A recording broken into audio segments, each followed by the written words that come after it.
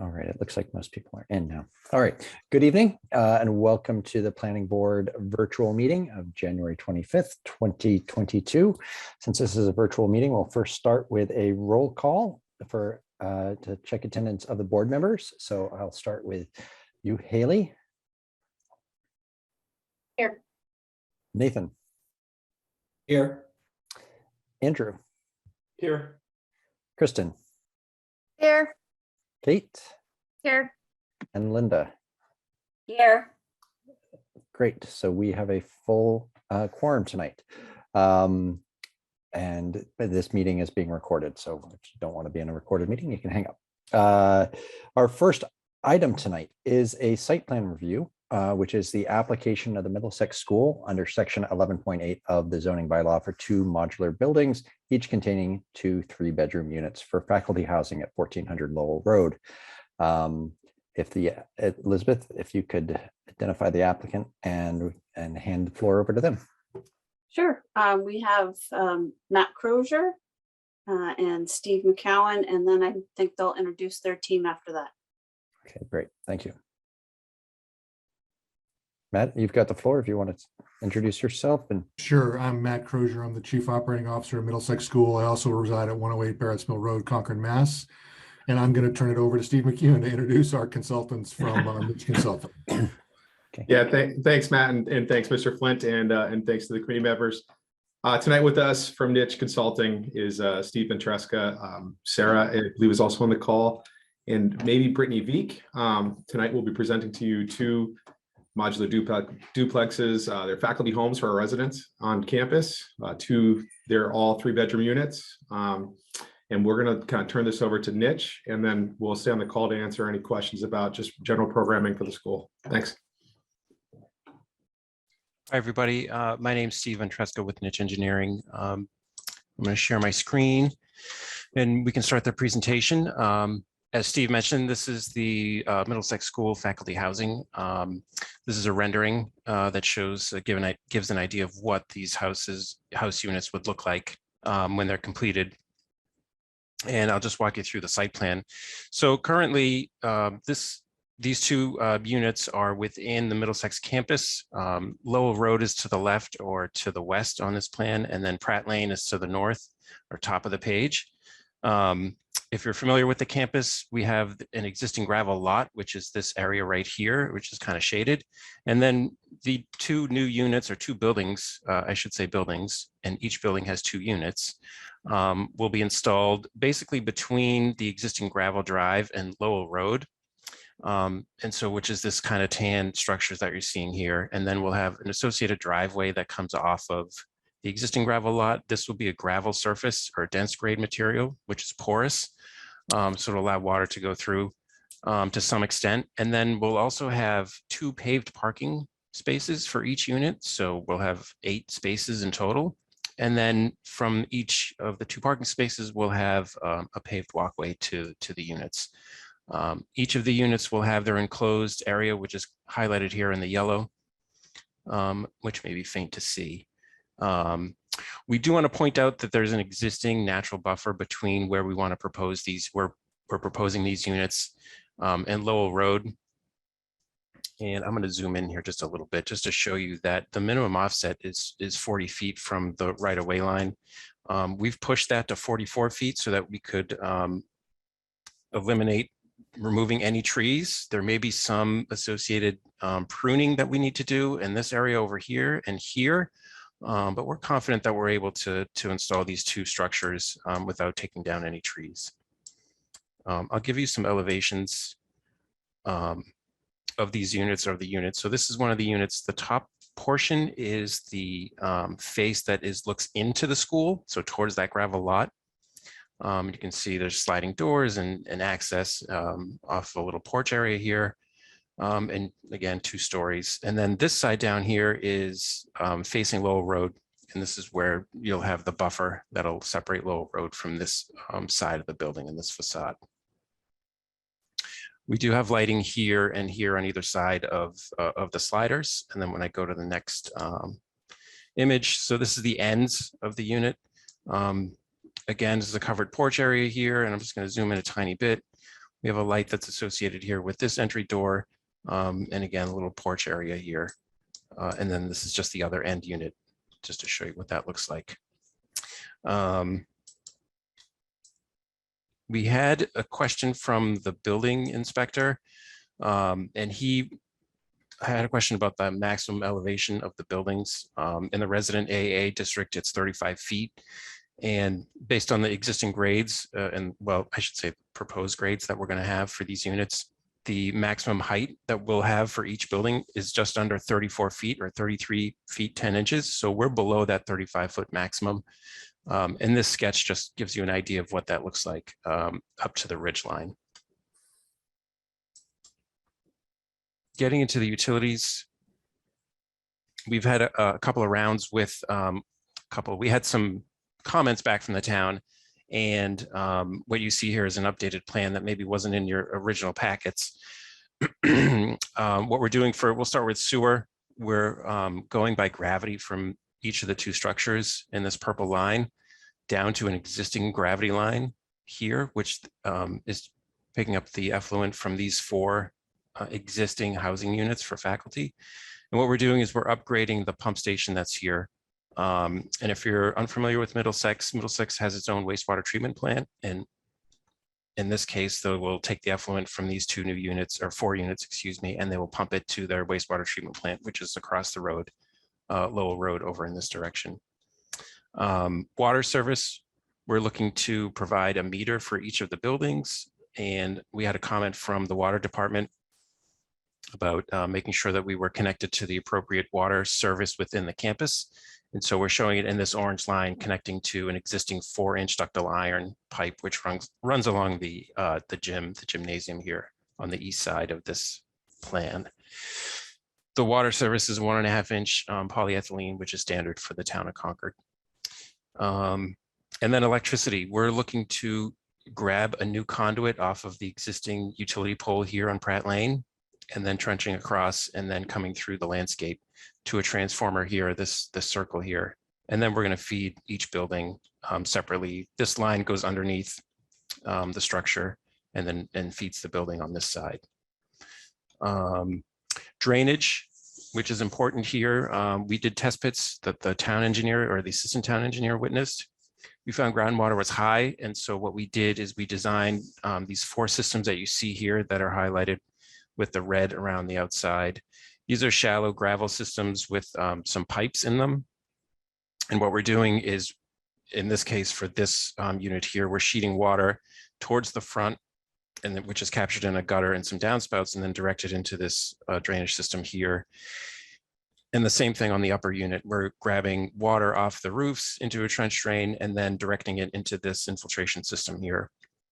On the back of the units, there are no gutters, and the water falls into a drip strip, a gravel drip strip with a pipe that we then route around to the front of the structure. And then we connect, in this case, to this infiltration system here. And then on the bottom system, or building, I should say, we grab the water in the back. Again, it sheets off the roof into a gravel drip system, and then we route the water into this infiltration system. We've connected these 2 down here in the south to provide more storage. And also any runoff that comes from the driveway here will sheet off into this low point, into a into a 4-bay. And then once it goes into there, it'll overtop this weir and go into the drainage system at this point. We do have overflows which connect into existing drainage infrastructure here and here. And then at the top, this underground gravel system will pick up water from the 2 parking spaces here and a little bit from this driveway, infiltrate as much as possible, and then overflow into, again, an existing drainage infrastructure, which is here on the north of this existing gravel base. And then I think what probably most people are interested in, the outdoor wall sconce is dark sky compliant, which is what we show here and what we provided to the board and to the town for review. The color, which is, I know everyone's excited to know what that is. We're looking to do white. And so we're going to do a white vinyl for these units, which here's a representative picture here.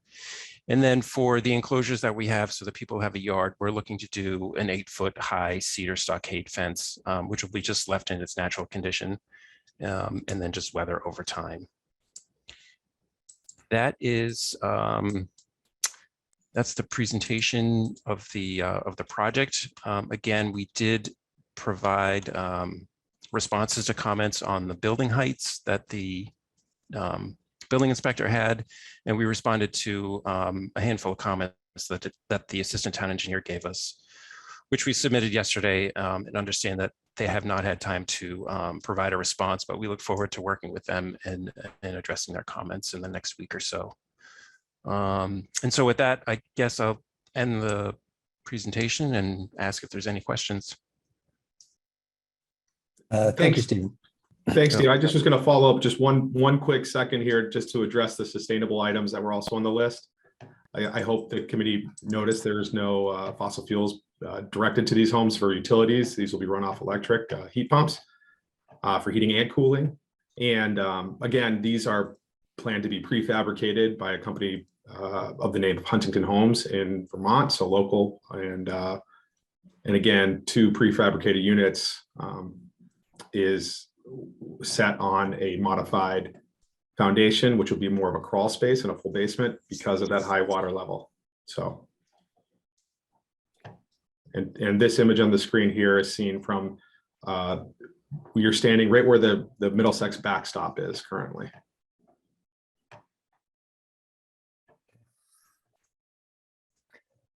Thank you, Stephen and Steve.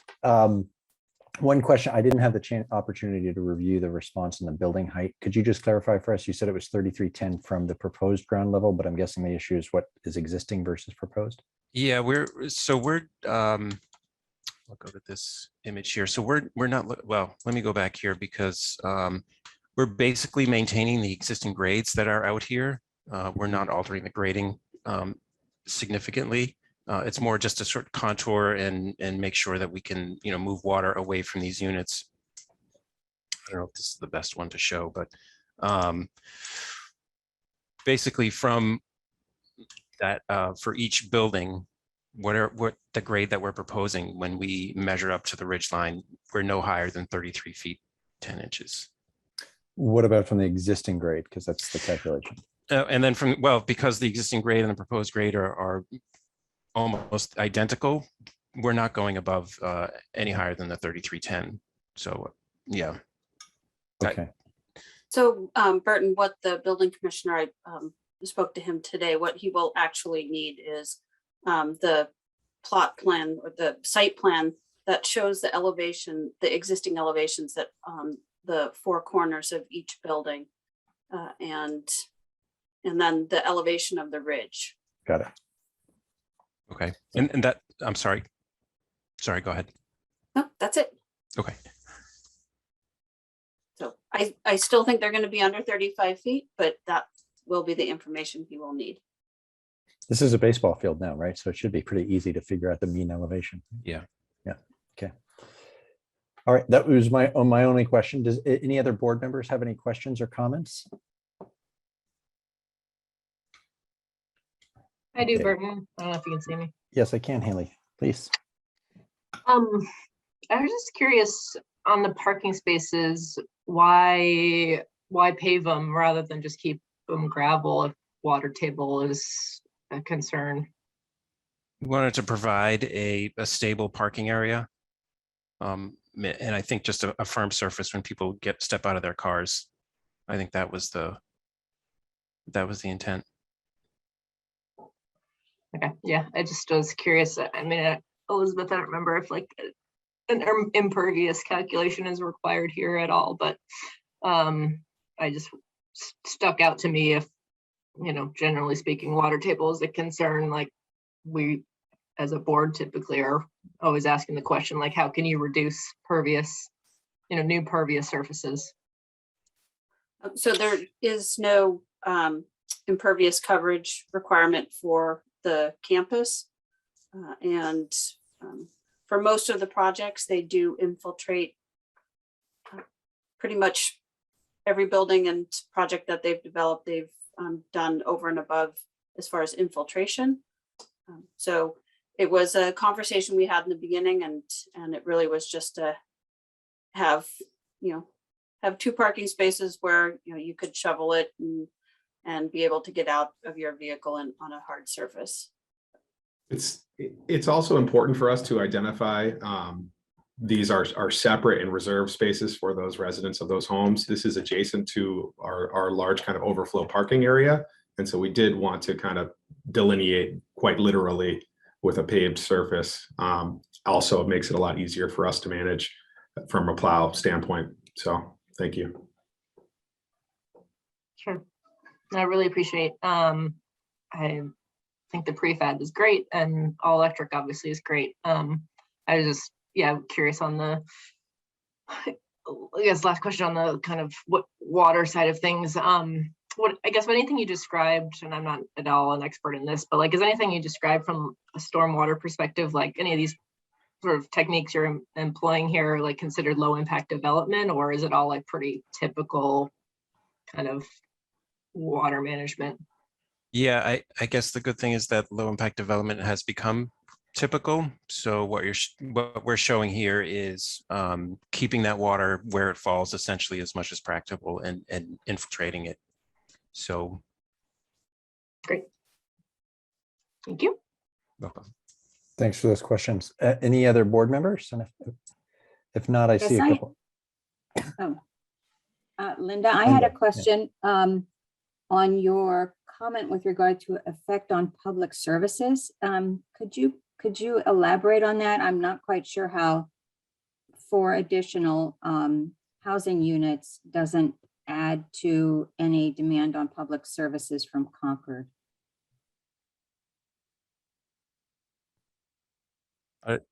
Maybe Steve, maybe this is a better question for you to answer, or maybe Matt.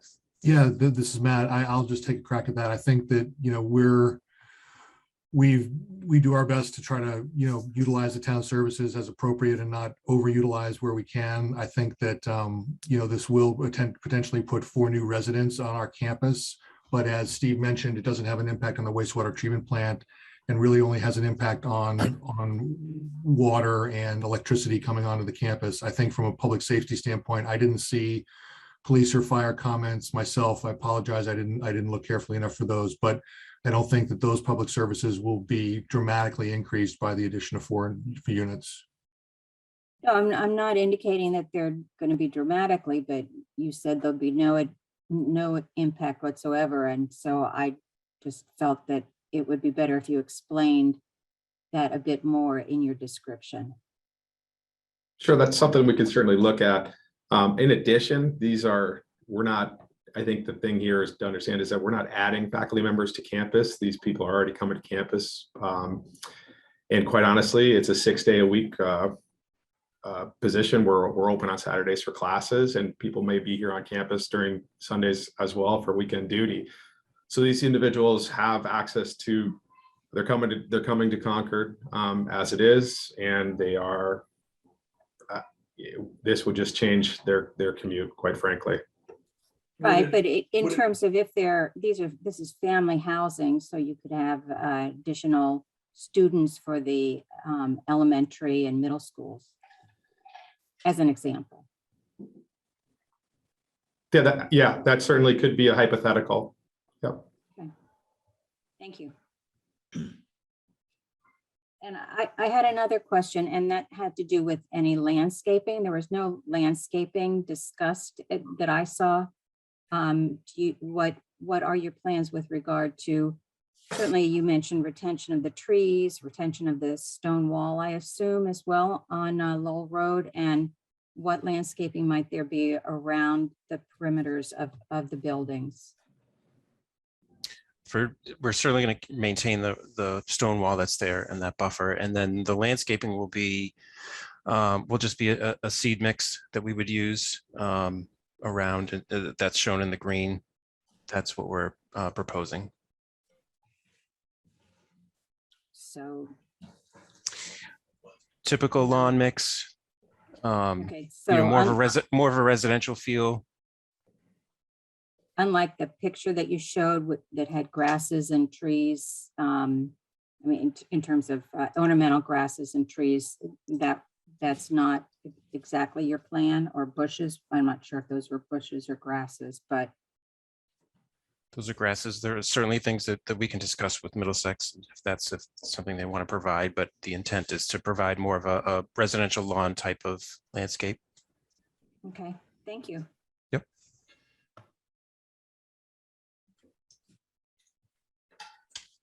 Elizabeth, I've got one question, which is it sort of keyed off that last one from Linda. The trees that they're looking to preserve there, are those actually ones that are subject to the tree preservation bylaw? Yes, they are. Okay, so the tree warden will be working with them on that. Well, they'll have to, prior to any site work or prior to the issuance of building permit, they will be required to submit for a tree protection permit. Mhm.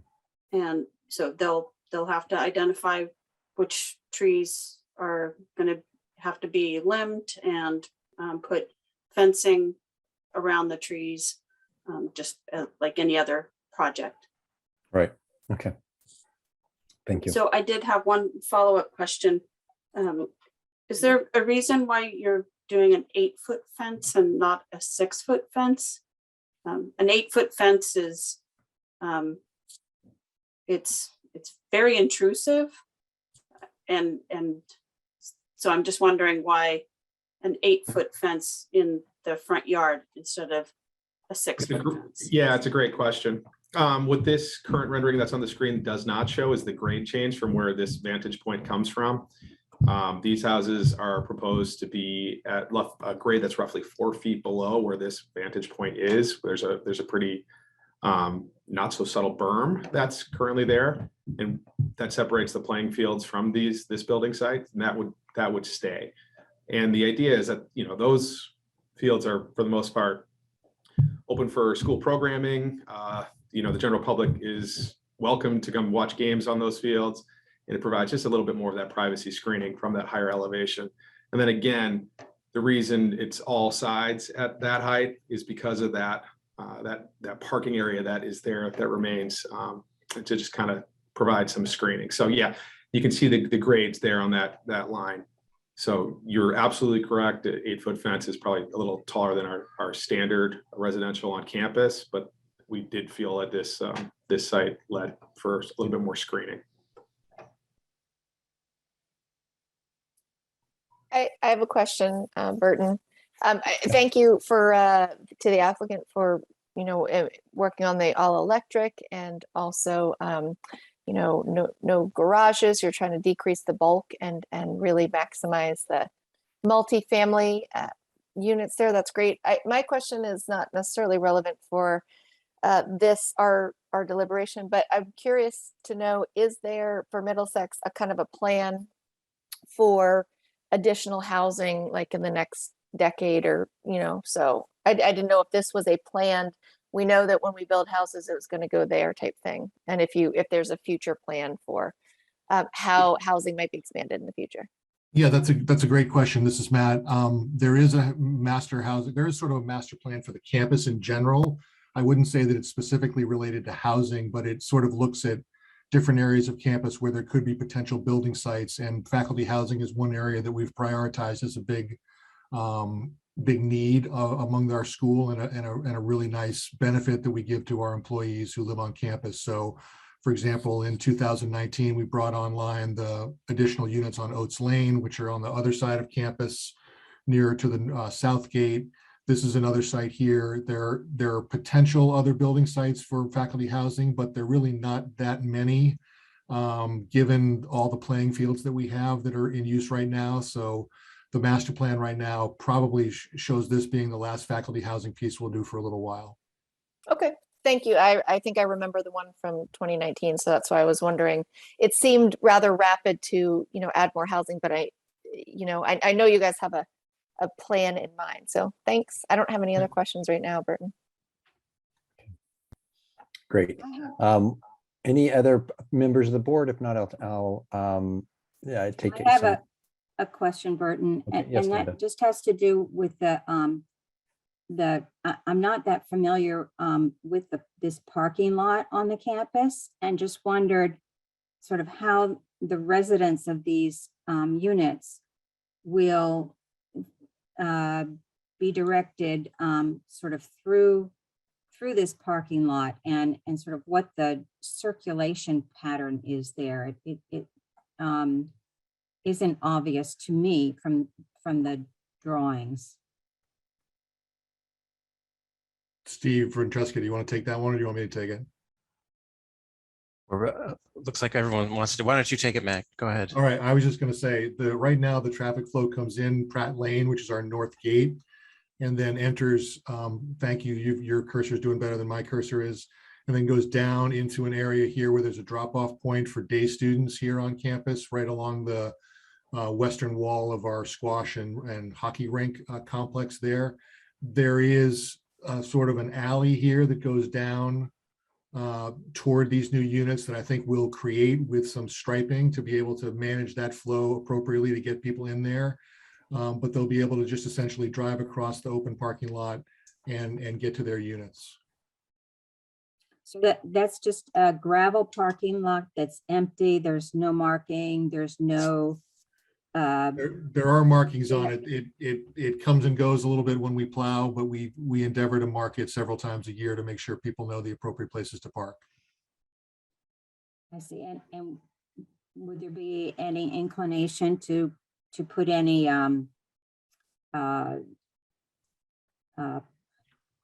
trees in there or demarcations that it's just not some big open gravel space? Parking is at a huge premium for us right now too. As the board recalls, we built an additional health center to deal with COVID-19, which has actually been quite useful. Believe it or not, the last time we were before you to show you that project, which is in our other parking lot to the little bit to the east on the other side of the athletic center. So I don't think at this point we'd be putting any additional trees into the gravel parking lot. Okay. We do cone and demarc beyond striping and for events, we do have parking details to make sure that those throughways are maintained. Mm-hmm. And when is the lighting? You have a tremendous amount of lighting ability is across that parking lot. Is that on a regular basis or just for events? It's on a timer system and it goes off. I'm not 100% sure whether it goes off at 10:15 or 10:30 at night, but it does go off on a timer system automatically. Okay, thank you. Okay. Now, let me just peek because I can't see everybody, but it looks like we don't have any more planning board members waiting to ask a question. So I'll go ahead and move to public comment. I see one hand raised from Nancy. If you would like to introduce yourself. Sorry. Oh, Do I have to bring us in? I thought someone was ahead of me, but I know this project is far along. I'm in a butter, and two of our. if you could, it's Nancy, sorry, I know you, but if you could state your name and address for the record. I'm sorry, Nancy Nelson. I live at 1695 Lowell Road, about across from the back driveway. We had 2 kids go to Middlesex, and so we love the campus and respect the Olmsted design campus that's in the middle.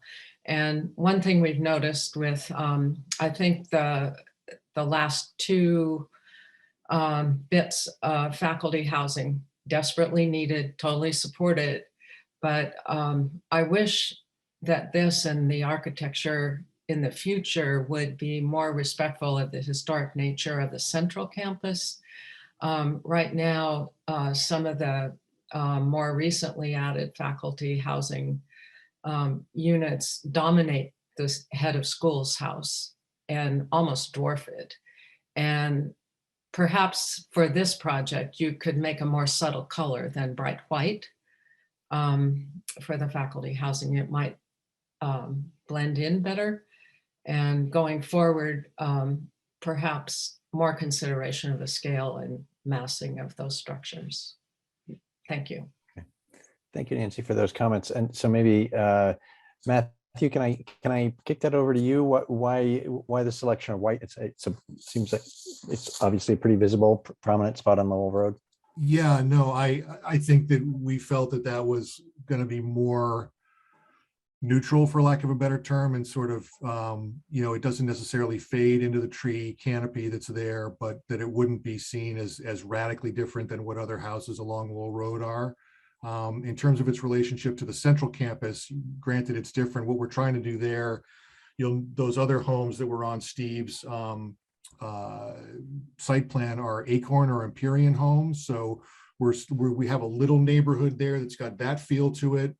So we didn't want to go too different than that, but we didn't want to build another set of Acorn homes because those haven't held up. Even though they've been there for 30 years, they haven't held up as well as we'd like them to hold up from a maintenance standpoint. So we tried to sort of go with a way to make the neighborhood look similar, but not identical to the Acorn units that are there already. I think not so many houses in the direct neighborhood are bright white. Fair And enough. so a change in color might be helpful, and the ones along the back driveway are gray. So they're more subtle in the landscape. That's all. I'm turning myself in as a landscape architect. Thank you. Thank you, Nancy. Do we have any other public comments? Public, you raise your hand. Yes. Oh, all right. You're showing up as Alice Coppin, but sir, if you could introduce yourself and state your address for the record. Well, as you could notice, I am not Alice Kaufman, but my name is Michael McAteer, and I live at 1615 Lowell Road, just right across the street. First of all, happy to hear that the design team has elected not to bring any fossil fuels in, that it's an all electric. My question is the design team gone a little bit further beyond that and considered other sustainability design elements, perhaps along the lines of zero net energy? And also, I don't see in that schematic any plans for rooftop solar, which would be the direction to go in if the design team were to reach for a zero net energy standard, which is becoming more and more, as we all know. It's no longer a hypothesis. It's starting to become standard practice, but right on the cusp. So any thoughts around that, I guess maybe to Steve or to Matt? Yeah, and I'm glad you asked that. And certainly it's something that we always consider. We work with CMLP when we sit down and start planning these, any design really out. As you may know, since you're our neighbor, we live in a part of Concord that has some solar saturation, and our campus is net metered. And so as far as electric feeds and starting to individualize specific projects, it gets very difficult to just start allocating the small amounts of solar we're allowed to. And we personally do not see the payback. You probably will see solar from us in the not so distant future. We did not feel like this was really appropriate application for that. Okay.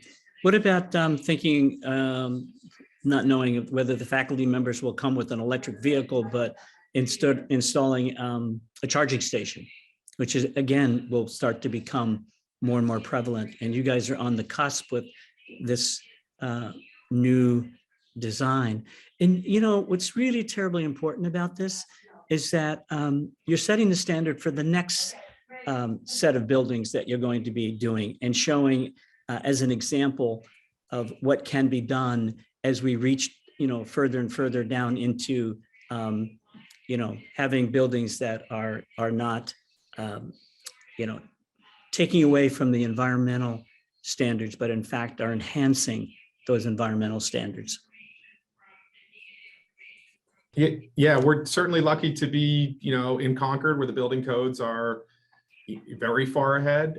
Just this building being at code is I think it's an R38 now. So these are very efficient buildings just at code. As far as charging stations, we have filed with Mass DEP to pull our first charging station to campus. It's a little trickier than just installing them.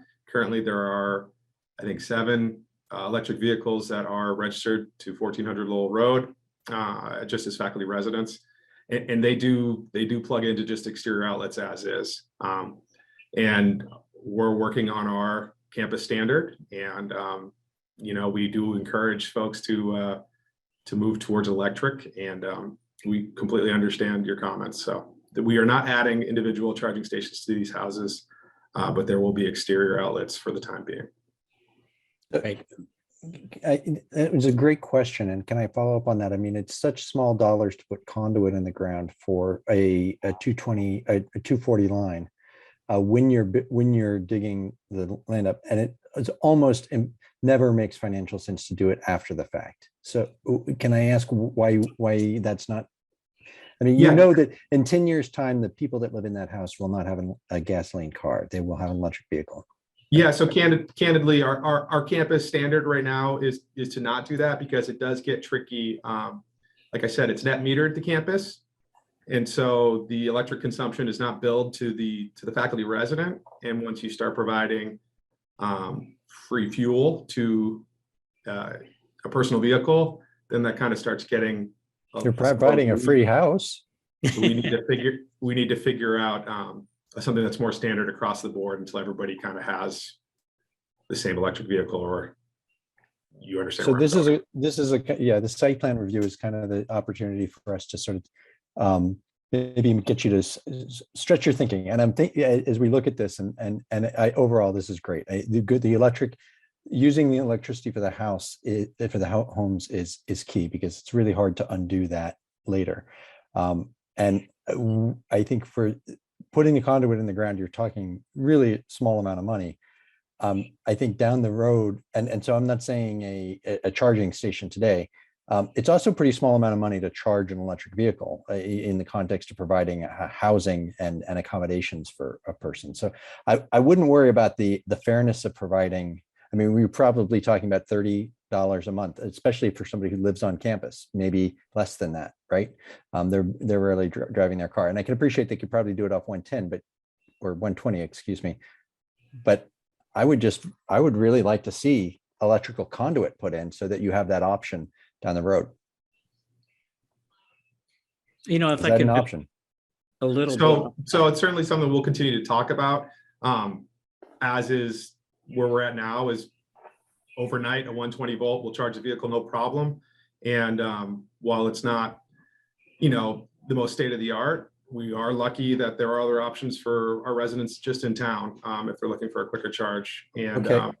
I Can think you show we will see probably some more centralized charging stations on campus that probably make a lot more sense than the individualized units at faculty residence.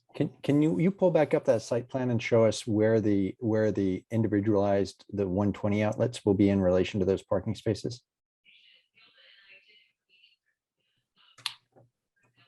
I don't know if it's shown, Steve, on the on the elevations. on the elevation. I do believe there are some near the bulkhead off the back, which is Okay. designed to be more of the and they may not be shown for that purpose, but there are exterior outlets on these structures. On the backs of the structures? Correct, which we really are hoping and designing to be more of the everyday entrance. It's more practical, it's more direct from the parking. Oh, I see, the back of the structure. Okay, I was Yeah. thinking that the front of the. Okay. Facing the athletic complex in the parking lot. Okay, so by that plan, you're talking maybe a 30-foot extension cord that run out to the parking spaces, how you would propose somebody would charge up their vehicle overnight. Okay. Yep, and completely understand where you're coming from and appreciate it. And it's something that we are in discussions with. Currently, our discussions on campus is to provide something that's more centralized to not just residents, but to visitors and to for visiting faculty, for commuting staff, commuting faculty, commuting day students, and not just necessarily faculty residences. So. Okay. Any other board members have any thoughts on that, or anything else after hearing public comment? I mean, my only comment would be, Bert and I agree that now would be the time to lay the conduit for that, even if in the short term, if there is a concern about having 240 volt running that far out, having a 120 outlet that is available closer and not having to use an extension cord with a with a charger on a car. It's generally frowned upon to do that. So yeah, so if there's a way to even to get a 120 outlet and conduit run out there, so that at a future date, if you want to run 240, you potentially could. I think that's worth it. I don't know if the reason for excluding it here is there's concern about existing faculty housing that does not already have that and causing some sort of, infighting among the teachers or the faculty that are there. But I think long term, the better thought is to put something at least closer to the cars themselves. Thank you, Nathan. And Steve, you mentioned that your planning is evolving on this. I would hope for the next plan we do see some hookups. We're certainly talking to developers that are building individual lots or planned residential developments about this. It's essentially becoming our standard line of questioning. So because it's one of those things that it's such small dollars to do it up front and such a pain to do it after the fact. Okay. And Mr. Not Alice Kaufman, I'm sorry, I didn't write down your name, but I see your hand raised again, if you'd like to comment. But with the name Alice. Oh, I just Yeah. lowered it, but I do have one last comment, if I may. Yes, please. The town has a climate action plan, and one of the pieces of that plan is to start to be much bolder in positioning sustainable transportation. And the questions that Steve and Matt, that I think that you're hearing from, those of us on the other side of the street and in town, is to think about these buildings as a lead by example. I agree with you. The cost for the conduit and much of what we're talking about is perhaps incidental in the overall financials of that project, but it's more than about the financials. It's about showing Middlesex position as a leader in sustainability, and you'll be building again, right? And you'll be hopefully, perhaps the next buildings will be net zero energy, and they will have a 220 charging station. So the notion is to evolve from what you have done in the past to reach to the future and to be aligned with what the town is doing in trying to promote more sensitivity to better environmental practices. But I do want to close by saying how wonderful it is that the design team elected, and you could have done something else, elected not to bring fossil fuels in for heating, cooling, and or water heating. And that is a major step forward. So thank you for doing that.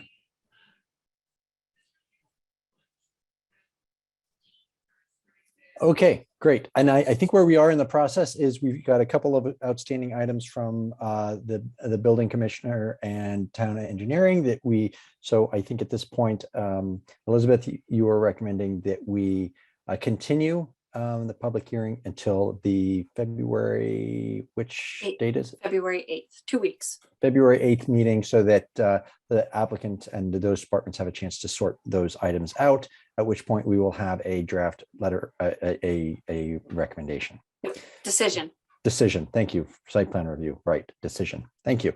So with that, I think is the applicant good with continuing to February 8th? Sure, that's fine with us. Okay. I don't know if Great. I need to sign. I can't sign anything remotely, but you let me know, Elizabeth. No, so the board just needs to move and second and vote to continue the public hearing. Okay, fair enough. Okay, I'll make that motion that we continue the public hearing until February 8th. Do I have a second? At 7 p.m. At 7 p.m. Thank you. I'll second that. Thank you, Andrew. I'll then go around and take No. a look. Thank you, Nathan. Oh, I really thought I saw Sorry. Andrew's lips moving. Okay, so thank you, Nathan, and I'll start with Haley. Yes. Thank you, Nathan. Yes. Andrew, Yes. Kristen, Yes. Kate, Yes. and Linda, Yes, Thank you. And I'm a yes. So that's unanimous to continue to February 8th at 7 p.m. Thank you very much to the applicant and the questions from the board and the public on this one. I appreciate it. Thank you very much. Okay. Yep, thank you. Okay, now let me jump around various applications and get back to our agenda. Or Elizabeth, if you want to just direct us there while I find our agenda. So the next is going through your three warrant articles and finalizing them and taking a vote whether to put them forth to the warrant. Okay, thank you. To that end, let's start with the Thoreau Depot zoning article. That's the one that had a few changes in it since the last time that you made, since our last meeting.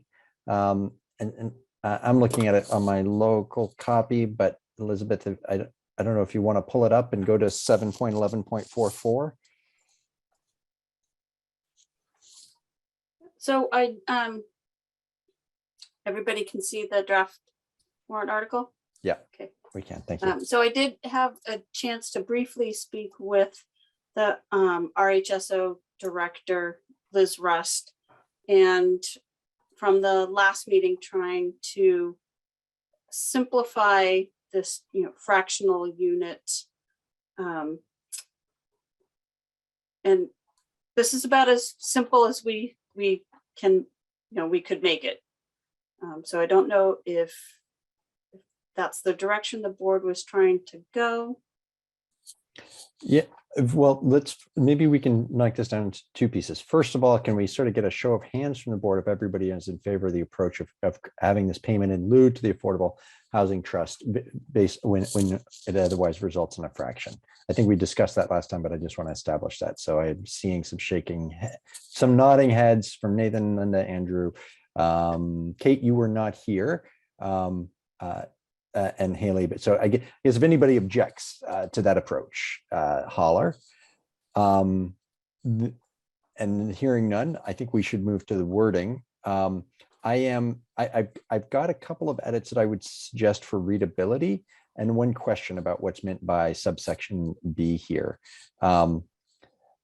I think that it says if the 20% creates a fraction, First question is, and this is the legal counsel and me, average market sales price. Is that a defined term somewhere else in the bylaw?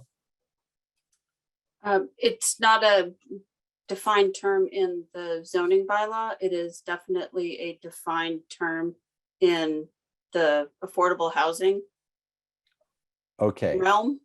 Okay. In the affordable housing realm, average market sales price. Just as a lawyer reading this, the first thing I think of is when I see capitalization is it's got to be it's either the name of something or it is defined somewhere in the document, so because it has a specific meaning. If it's a term, it's sort of a term of the trade, I would keep it lowercase.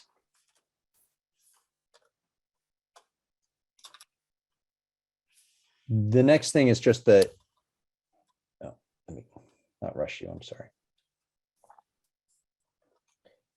The final sentence leading into the two subparts, it says a mix of diverse housing opportunities shall be provided, which shall include. It doesn't quite work as a sentence. I think it should say, instead of which shall include, it should say maybe such that the mix in subpart A, the mix of bedrooms in the affordable units shall be the same as the mix of bedrooms in all the units of the development.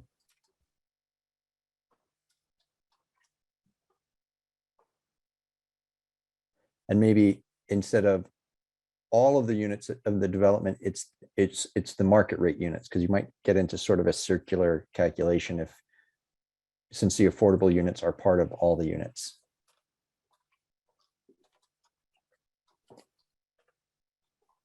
Okay.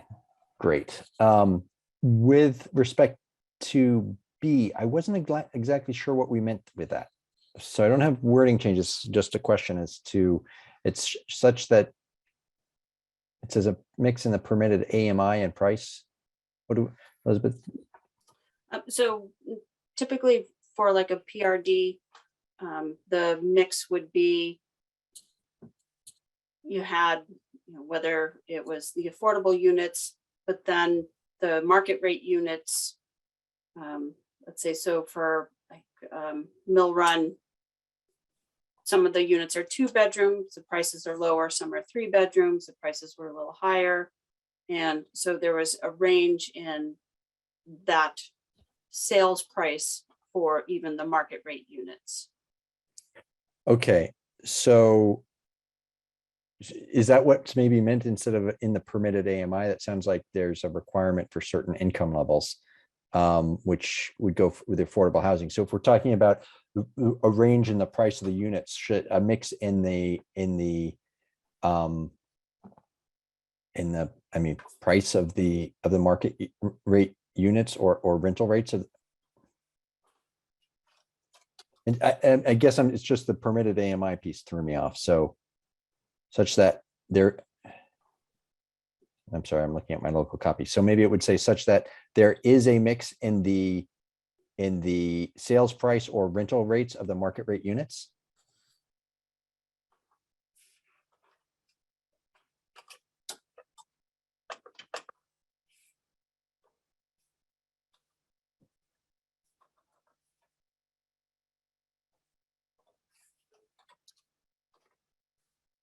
Okay. It is that captures, I know we've talked about that very principle many times. And sorry, do you think that accurately captures what you were intending, Elizabeth? I think that better accurately captures, Okay, better accurately captured. Very good. which now means next year we'll probably have an amendment to the PRD Okay. to make that more Is clear. that where it came from? And then just again, I don't mean to channel Matt Johnson in terms of the Scrivener's edits here, but in 711.4.5, it seems like that needs begging to be a complete sentence. So I would say that 1 parking space shall be provided for units up to 2 bedrooms. And then 2 parking spaces for units with 3 or more bedrooms, period.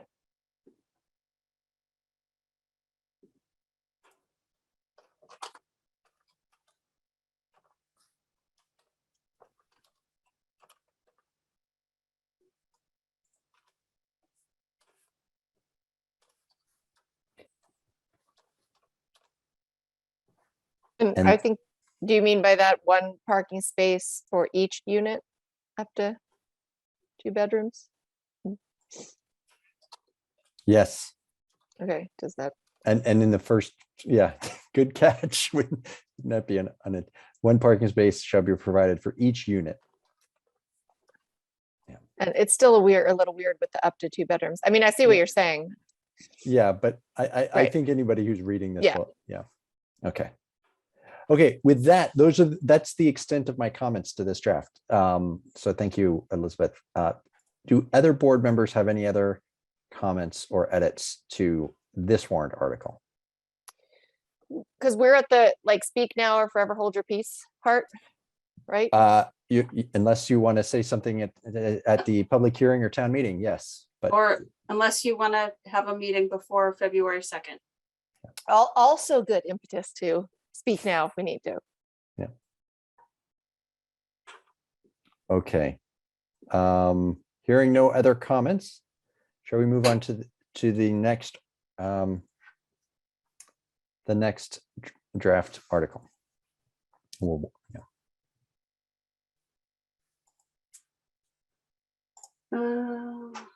Not that one.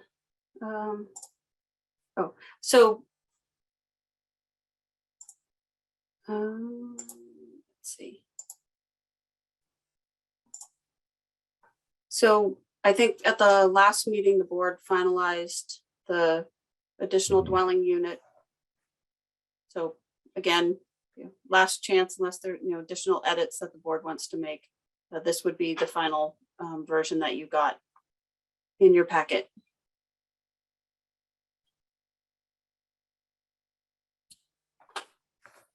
Yep. Nathan, I also give it a thumbs up. Anybody, so I'll ask it this way. If anybody has any questions, comments, please raise speak up. Linda, did you get to look over these carefully? 'Cause I trust your editorial comments and review as well. Thank Okay. you. Which brings us, then I guess to so we're good on this one, and what brings us to the final one, which is the formula business. This one, we had an outstanding question. We were wondering about the number. The total number of formula business in the Thorough Depot is 14. And that was be what's proposed because today there are 12 existing. Okay. You saw additional explanation from Elizabeth with the input from town council, but a concern about putting the cap at the current number of businesses. We also, last time we spoke, had some input from Nathan, which I thought was really interesting on potentially having more of a formula based upon the sort of the footprint of the formula businesses. So how do folks feel about moving forward with it as drafted, which is at 14?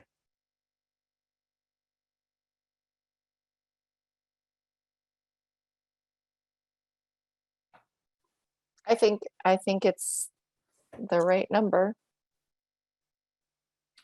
Okay, Kristen, thank you.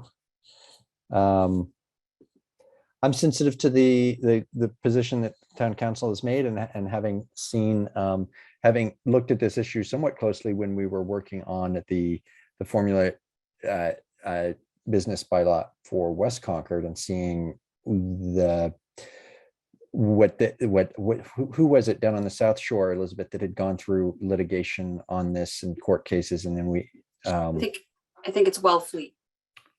so was it no, I'm thinking it's that town just south of Boston, but at any rate, spent a lot of time looking at it there, and I'm sensitive to it being an issue it's open to potential challenge, and that we've carefully crafted ours so that it doesn't have the legal issues that I think it was the SJC found with the original one, and that it's prudent to take into account our council's advice on this. So I'm in favor that's a long-winded way of saying I'm in favor of coming up with a numerical cap that has a slight bit amount of headroom at 14. So if nobody else has any comments or questions, then I would propose that we're done with this one too. And we are going to, I guess, Elizabeth, do you need us to vote on each one to recommend it for consideration? No, I think you can make one motion to put forth a warrant article for additional dwelling unit, Thorough Depot, and the formula business, and make it one vote as drafted and presented tonight. Okay. Would anybody like to take that one on?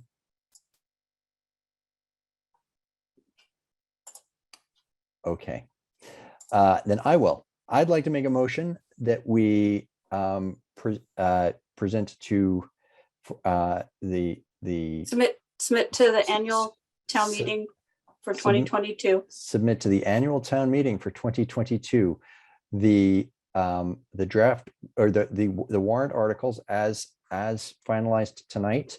The first one being the Thorough Depot Business District zoning article, the second being the accessory dwelling unit article, and the third being the Thorough Depot formula business Burton, article. I intend to not vote for Thorough Depot and vote for the other two. Does that complicate voting as a package?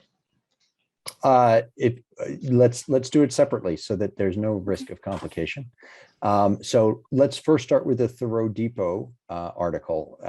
I'll make a motion. Is there a second for that article? Second. Okay. Linda spoke up first. So all in favor of submitting that for annual town meeting consideration? I'll start with Haley. Yes. Okay, thank you. Nate, Yes. Linda. Is that a yes, Linda? Yes. Oh, okay.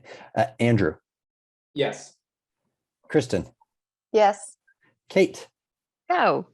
Thank you. And I'm a yes. Okay, so that is there. There are what, seven of us tonight, 6 in favor and 1 opposed. Okay, thank you.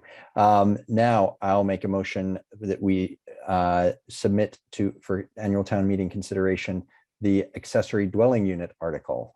May I have a second? I'll second Additional that. additional dwelling unit, What did I say? Accessory dwelling? accessory, yeah. Oh, yeah, you Additional did. dwelling unit. Yeah. And who was that second? Was that Nate? It was me, Nathan, Thank you. not Nate. Andrew. All right. Same order. I'm going to go in. Haley, how do you vote? Yes. Nathan, Yes. Andrew, Yes. Kristen, Yes. Linda, Yes. and Kate. Yes. All right. And I'm a yes, Elizabeth. And then I'll make a third motion that we submit for consideration to an annual town meeting, the Thoreau Depot formula business bylaw. Would anybody like to second that? I'll second that one. Thank you, Andrew. Haley, how do you vote? Dean. Abstain. Okay. Nathan, Yes. Andrew, Yes. Kristen, Yes. Kate. Haley, why did you abstain? Yes. Sorry, I think I missed discussion on this last meeting. I vote yes. Yes. Sorry. Okay. All right. Linda. Yes. Okay. And I'm a yes. So we're submitting all those. I just want to take a moment to thank all of the board for, in a challenging virtual series of meetings, that we have successfully moved forward 3 articles for town meetings consideration, and at least one of them was a lot of work. So thank you all for hanging in there on that. All right. So Elizabeth, do you have everything you need for us on those articles? I have everything I need for those 3 articles, yes. Okay. And will we save it for a later meeting when we get to decide who gets to present and take ownership of those in front of annual town meeting? Unless you want to duke it out now. Do people want to get to that now? I mean, with only 3, there's definitely going to be a battle. We might have to wait till we're in person to do like arm wrestling. Yeah. So you only actually have 2 more meetings until the public hearing. Okay. Let's just take care of it now. I'm going to suggest, since I have put a lot of work into the presentation for the public forum on the Thoreau Depot, if people are in support of that, that I would take the zoning one for Thoreau Depot. And then that said, that's a lot of work. I'd be really grateful if we had volunteers to take on the other 2.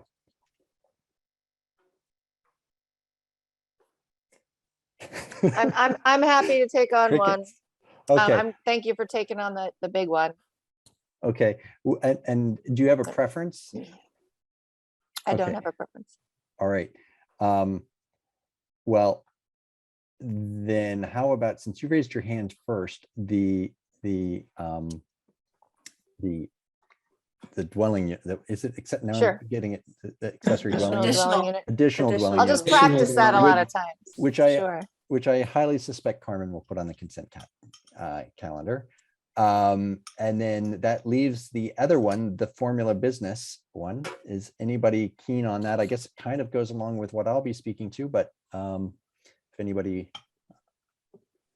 Did anyone not get to do one last year? Oh, that's a good question.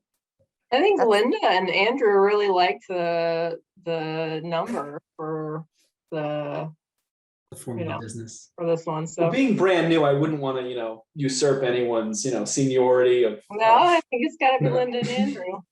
Okay. No, I can do it. I don't really care. The That's worst fine. one for me. Sure, I'll do it. Okay. Okay. Okay. All right. So it's me and Linda and then Kristen enjoying being on the consent calendar, likely. Okay. Thank you guys. All right. With that, I think we can, well, actually, I have one question. I can't remember where we left the explanation for the throw depot. Kristen, you drafted that? I was just thinking that I saw it. She's got it. Elizabeth has it in there, but we never really talked about it. So Mhm. You want We to did talk not. about it now? Let's take care of that right now. Once again.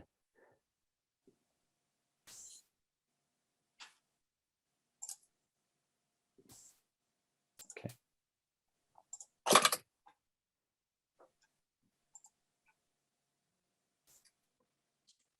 Burton, did you add anything to it yet? No, I have not. Because I think it's worth your take on it and kind of maybe some of the things that you included in the original meeting or the recent meeting. It's just hard to know how much to put in there without going too long, because I know you're also going to present. So, I mean, although you're only going to present at the yeah, what's public the hearing, format? right? Yeah, Do we're not. we know Elizabeth, do you know the format for town meeting this year, or is that still up in the air? I mean, the date's been announced, and I think it's outdoors, right? Yes, it is Sunday, May 1st. And I'm not sure if the town moderator has decided whether presentations would be made or not be made yet. Okay. Right. So, but one thing, I mean, you haven't gotten it, you have not gotten to it yet, the scenic roads bylaw, but in their explanation, there's a link to their webpage, and I think they may also be including a link to their frequently asked questions, and you could do the same and add those links in here as well. Yeah, I think that's a really good idea, especially if there's not a chance for presentation at town meeting. That it's very important that we make that information easily accessible. And so, Elizabeth, are you suggesting? I mean, we already have that that separate page on the planning board's site with a lot of materials, but I don't think. Well, are you suggesting creating more info for that page? Right, just linking to it.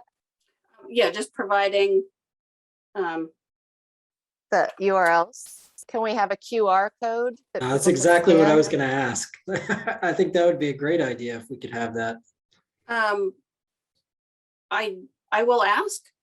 I'll have to ask. It will come down to the printing of the warrant.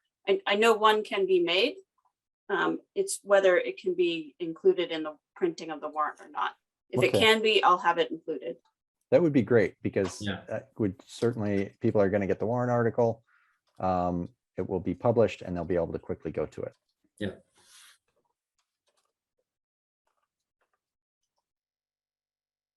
So then the change would be simply to insert, a clause that says, for more information about this proposal, please visit.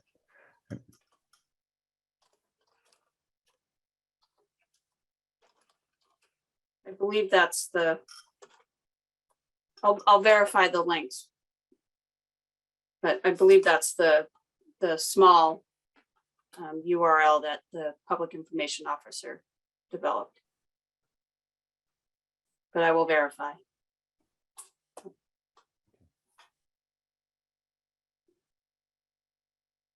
Okay.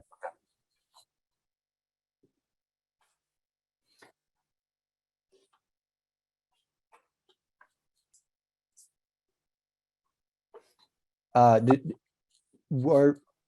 don't know if people have had the chance to really go through Kristen's language. I will admit that I've now read it twice, but in both times it's sort of running from one place to another. Elizabeth, we just approved this for submission. Do you, is that including the explanation, or if somebody has more time with this and suggests at the next meeting that they'd like to tweak the explanation, is that feasible? If you give me 2 seconds, I might be able to find out. Okay. What's the final date for submission of the whole? February 2nd, the warrant closes at 4 o'clock. Okay.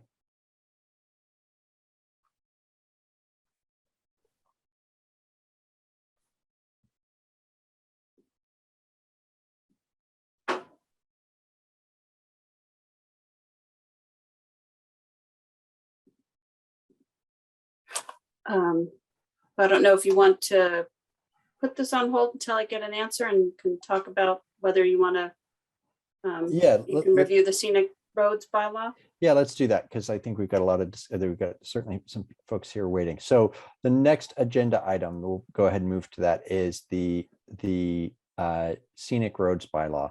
And Kate, for your benefit and for others as a refresher, this is the bylaw that's being proposed. It's come through the historical commission, excuse me, and but the planning board would be holding a public hearing on this article. And because it's generally under the enabling legislation creating the scenic roads bylaw, it's the planning board that are delegated as essentially the review, the board that develops regulations and is a reviewing authority for the applications. So we now have this complete bylaw that includes explanations for the inclusion of the initial 1, 2, it looks like 8 or 9 roads, and essentially makes reference to the Mass General Law and gives adds in the town's ability to fine if it's not followed. On this, I think, Elizabeth, what you need from us is a motion that we are in support of or want to sponsor this article, and because we've already got it on our agenda for the public hearing. Is that correct? That's the scope of what you need from us tonight? Yes, and whether you want to include that support in the existing explanation. Right. Let me open it up to other members of the board. Does anybody have any comments or thoughts here in terms of taking that action or the content of the article? Sorry, I missed this. How were those roads designated? Did that come through from the Historic Commission? Recommendation from the Historic Commission? That is a great question.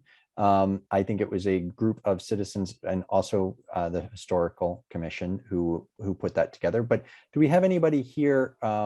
Let's see, Melissa. Yes. Can you speak to just a little bit about the process of how those roads were designated and what the public process was on that? And yeah, so we convened a group of about 9 or 10 folks, including David Woods from the Concord Museum. Anka Voss provided help, as you Anka, who is at the, can you hear me, by the way? Yes, we can. Yes, okay. Thank you. Curator of Special Collections. I hope it's okay if I name the names, but Dennis Fiore, who's a former president of the Massachusetts Historical Society, Peggy Burke, former president or director of the Concord Museum, Nancy Frizzell Lee. Some folks were actually on tonight's, I know are participating this evening, but all people who are schooled in history, we got together and identified roads that we felt still retained the enough characteristics. And you'll see in the bylaw that Elizabeth had up there, or maybe they're not in the bylaw, excuse me, it's in our FAQ, frequently asked questions, which is a document that we have, I believe that you had available to you this evening, kind of the basic criteria that we used. One, they all have to be been at least on the map of 1852, which is a famous walling map that's in the Concord Free Public Library, Boston Public Library. You know, the idea about the bylaw, it's about stone walls and trees, historic vistas, the properties along the road, so historic houses. And we also tried to identify roads throughout all of Concord, not just one particular area. So those were the 9 roads that we suggested. There's extensive research on every single one of them that is available on the Historical Commission's website. We have a dedicated page, which this is what Elizabeth has on the screen right now. As I said, there is extensive research, and every one of those roads is being done by one or two of the folks that I have mentioned.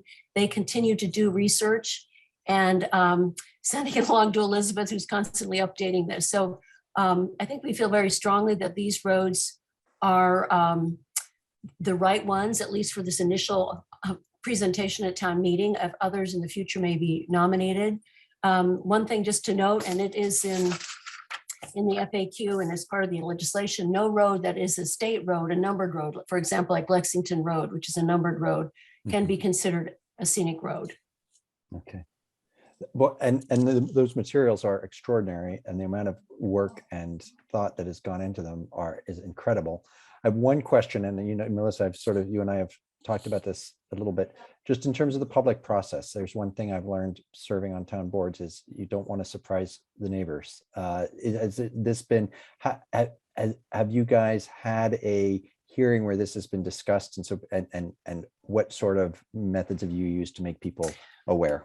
Well, we've just started, but yes, we did. At the meeting a week or two weeks ago, we sent a postcard to every person who lived on any of these 9 roads and welcomed them to a historical commission meeting where they asked a lot of questions. Elizabeth did a outstanding job presenting the bylaw, answered a lot of questions for them. I think it helped us kind of refine the FAQ, certainly, but we do have every intention of continuing outreach to the neighbors. I don't, you know, from our point of view, this does not affect private land. This is all about the public right of way, the public road right of way.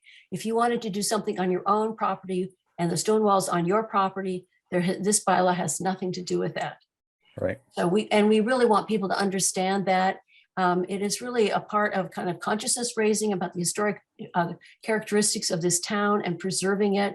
We all feel a lot of development pressure. You know, one of the responsibilities of the Historical Commission is to conduct demolition delay hearings, and the number of properties that come before us, it's, you know, it's people's have a right to tear down and build a larger home. We understand that, but we really are losing, you know, the unique character of Concord. So we did feel that this scenic road bylaw was another regulatory tool that allowed public input, because I'm sorry that you guys have to do the work. The planning board has to conduct the hearing, but that's the way the law is written. But I just would say that I have talked with other DPWs across the Commonwealth, and they have said to me, really, they felt it was a good measure, that it did not add a burdensome amount of work to them, maybe 5-6 hearings a year at most. Okay. Thank you very much. Things have really progressed a long way since in the last couple of months on this. Yeah. Elizabeth, so to Melissa's last point, we're talking about the public right of way. It seems like this would largely be, I mean, something that our own DPW has to worry about. Or, I mean, who do we view as being impacted by this, other than the people who benefit from greater preservation in town? So the one example that I'm going to give that the planning board's very aware of is when a developer purchases what has historically been a very large farm field and submits an A&R to the planning board and divides that field up, and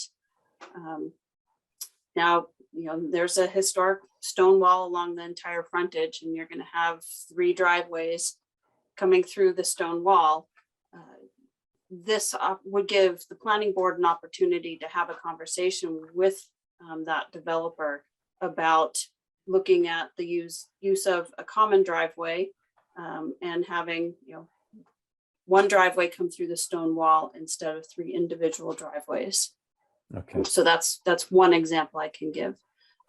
There is a measure within the draft bylaw that does exempt you know, like Public Works and CMLP for their, you know, annual maintenance of the roadside, which at the Historical Commission's meeting, there was quite a bit of public comment on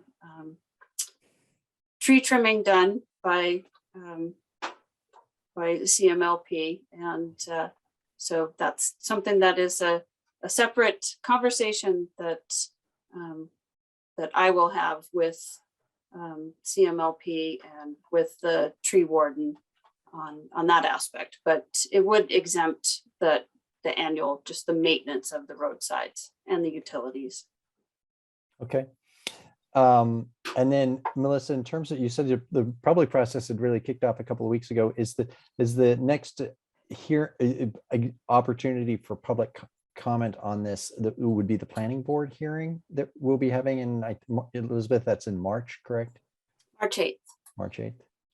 I assume so, plus us. Yeah. I mean, the Historical Commission, depending on how you may alter the language of the article tonight, but we have a meeting tomorrow night at which we hope to adopt the final language. Okay. But we will have other meetings, and I also host an Historic Issues Coffee, which we've started up, and the next one is February 9th in the 8 o'clock in the morning. And I really would welcome all comers to participate. That's another opportunity to express their concerns. You know, this is not to be a punitive measure. This is really about helping people understand and appreciate how extraordinary this town is and to help preserve it. Okay. And the form of the article was developed. Elizabeth, did you put this together? I mean, is this based upon another example of a town implementing the enabling legislation? I mean, it's very straightforward. It just says, here are the scenic roads. Yeah. Here's the reference. Okay. So what I was actually able to do with this draft warrant article and the 3 warrant articles that the planning board is putting forth is I was actually able to get them reviewed by town council before the warrant closes. So town council has reviewed this warrant article and provided, some actual, legal language as far as how the article needs to be drafted. Okay. Okay, so both of you, that was a great overview of where we are, and I think I, for the first time, properly understand the process of what is going to go into the article and what the public input will be prior to that. Kate, you had questions, I think, directly on that. What's the process in designating the roads? Do you have further questions on that, or does that answer your questions? I don't. Melissa did a great job addressing that. Anybody else have questions or comments on this? I have questions. Yes, Andrew. I'm just wondering, and it might be that I missed the first presentation of this and don't really understand. I'm just trying to figure it out. So this only affects the right of way. And you can correct me if I'm wrong, but the right of way varies between 30 and 60 feet wide on these roads, right? So it's not, I'm wondering what the connection is between protecting vistas, barns. I mean, I read through all of the memos. There's a lot of really good work in there related to how these things looked back in the day, what they look like now, what we're seeing. But, in particular, something like Balls Hill Road, it's a 30-foot wide, so if you're standing in the middle of the street, you're talking 15 feet in either direction or all that's protected by this. So there's nothing to stop the actual landowner from just putting in an aluminum fence, potentially 20 feet from the middle of the road. And so that's why I'm just wondering, is this actually accomplishing what the goal is, or is it just something that's thrown out there as a way of, just as a burden just to try to slow things down? I just don't know. So I'm trying to understand.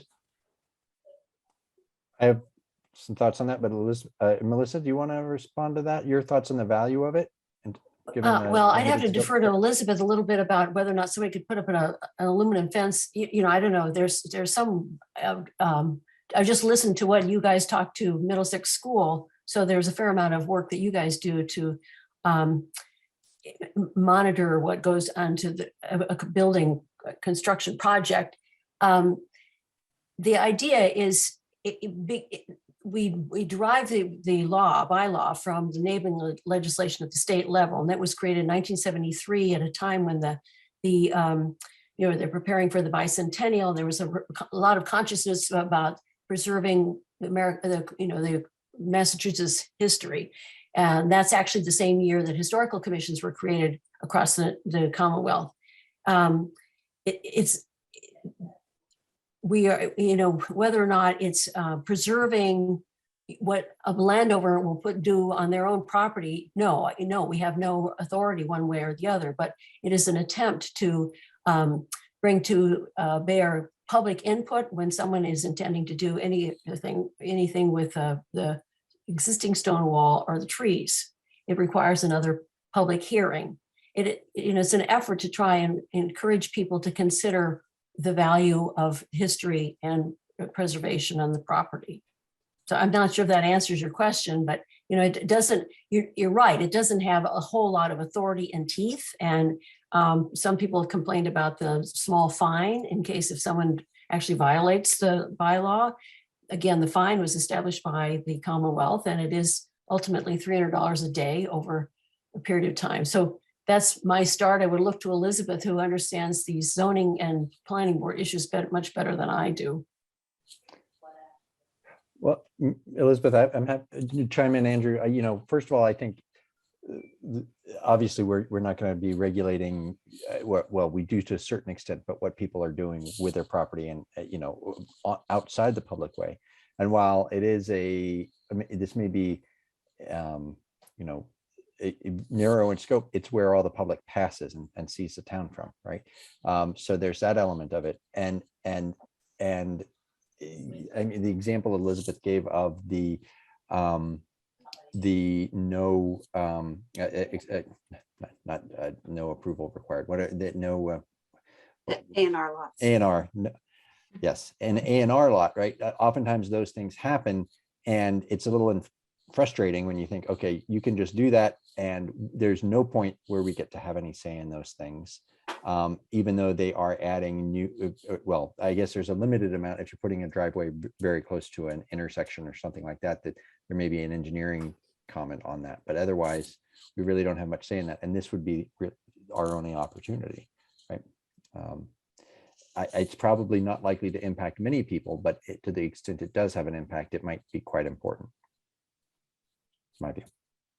I just would add, when having experience with the utility work, it did often impact where we're going to site utilities, both overhead and underground, in other towns. So I was surprised that we didn't have a scenic road bylaw already in Concord, considering the historic nature of Concord. And I'm really pleased that this group has got together to put this forward. Thank you. And has there been any comment by the Public Works Commission in town?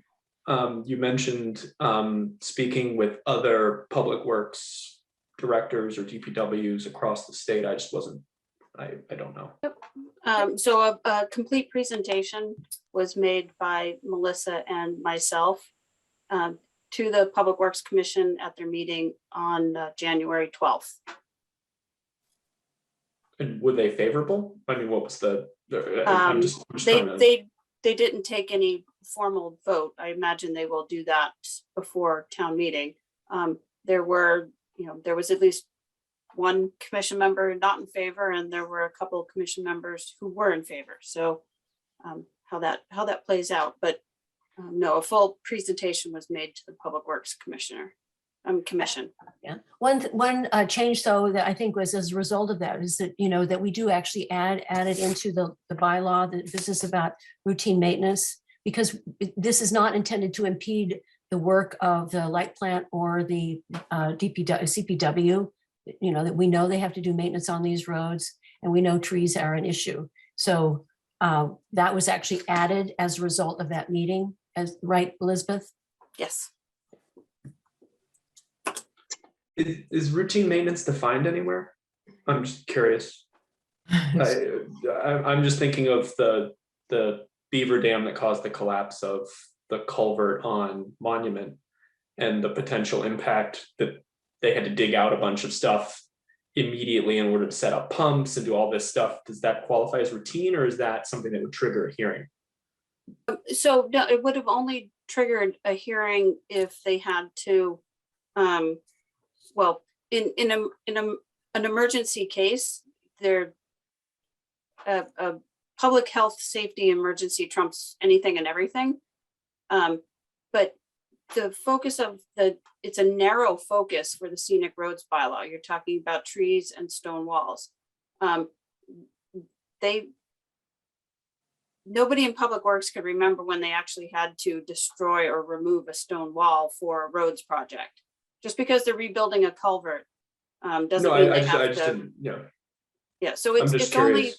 those two items when you're talking about removing trees or removing or destroying a stone wall or portion of stone wall because of road work.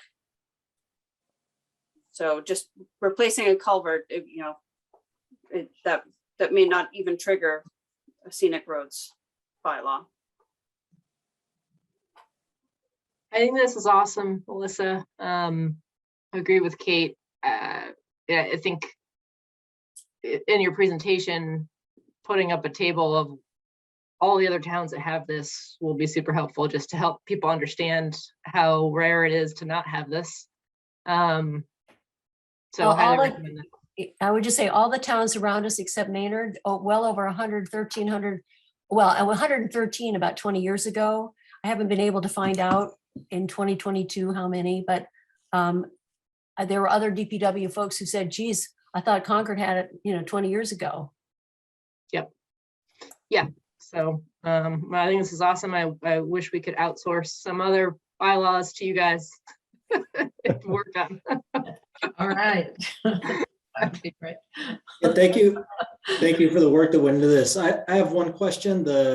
Is the reference to the fine being per day within the non-criminal disposition bylaw? Because there's no reference to it being a day per day within this. It is part of the non-criminal disposition. Okay. And I did verify that it's per violation per offense is each day is considered an offense. And it's the same thing with the zoning violation. That's the same as well. So for example, in the example you were giving, say they cut 3 pass-throughs through an existing stone wall. Is that a single offense, or is that 3 offenses that accumulate over the number of days? That would be 3 separate offenses. Okay. All right.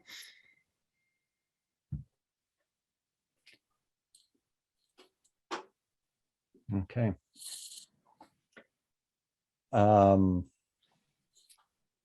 Any other questions? All right. We've got a couple raised hands. Let me start. So yeah. Burton, I do want to just kind of bring this back to, this is just a discussion of the planning board, whether they want to support the warrant article and include something in the explanation. Yep. This is not a discussion about the warrant article itself. So just to lay that out for any questions. Okay. Sue, you've got your hand raised.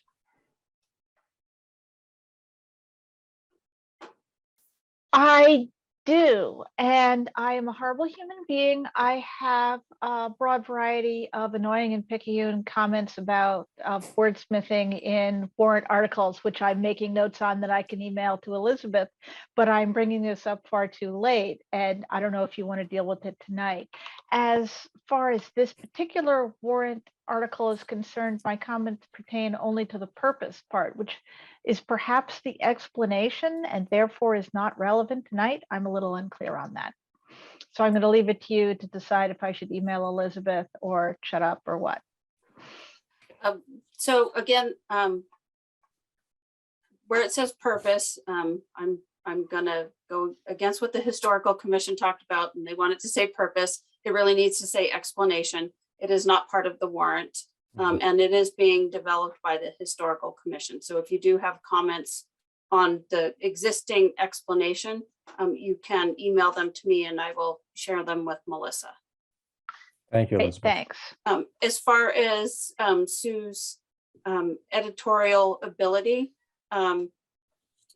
if you have those types of comments or edits on any of the bylaws, I don't think that's outside of the scope of what the planning board has voted on And those can be those changes can be made before the February 2nd deadline.